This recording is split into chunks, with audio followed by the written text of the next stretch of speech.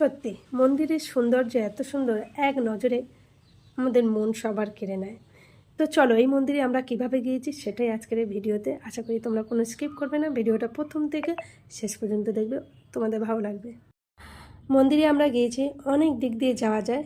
তো আমরা ট্রেনে উঠে গেছি, ট্রেন পথে খানিকটা যেতে হবে।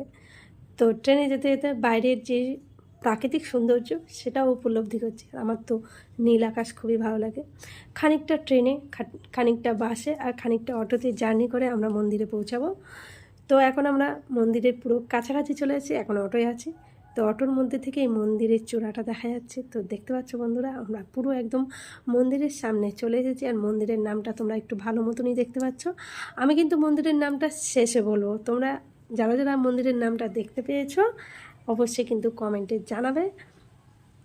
মানুষের মুখে মুখে শুনেছি যে মন্দিরটা সত্যি খুব সুন্দর, আসেনি তাই আসার খুব ইচ্ছা ছিল, আজকে চলে এসেছি। আর এসে সত্যি দেখছি যে মন্দিরটা সত্যি দেখার মতন, খুব সুন্দর মন্দির, সত্যি মনের মতন হয়েছে জায়গাটা, বা মন্দিরের কারুকার্যগুলো খুবই সুন্দর।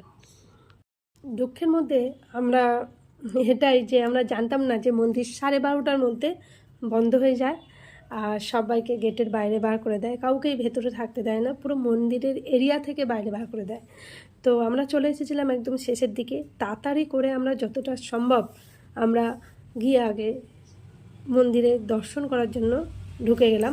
এদিক সেদিক খুব একটা ভালো করে ভিডিও করতে পারিনি, ওইটুখানি সময়ের মধ্যে যতটা ভিডিও করেছি সেটাই তোমাদের কাছে তুলে ধরছি। আর মন্দিরটা দেখো এত সুন্দর, এত সুন্দর, চারিদিকে বাউন্ডারি করা আছে আর সুন্দর সুন্দর কাজ করা, কারুকার্য করা, খুব যেন নীল আকাশের নিচে একটা মন্দির, যেন স্বর্গলোকে চলে এসেছি। খুব খুব ভালো লাগছিল। তো ধীরে ধীরে দেখো মন্দিরের দিকে আমরা এগিয়ে যাচ্ছি। এখন বলেই ফেলি তোমাদেরকে, এটা হচ্ছে আমরা পৈলান মন্দিরে এসেছি। তোমরা যারা যারা এসেছো এই মন্দিরে অবশ্যই জানাবে।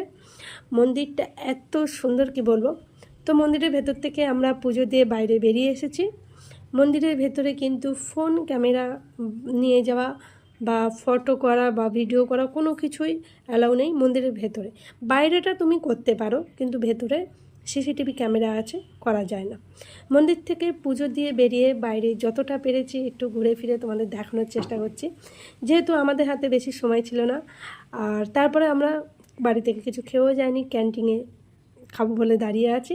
আর দেখতে পাচ্ছি আমার বান্ধবীরাও দাঁড়িয়ে আছে। তো ওরা বললো মন্দিরে এসেছি যখন স্বামীনারায়ণের ঠাকুরের যে ভোগের খিচুড়ি হয় সেটাই খাই।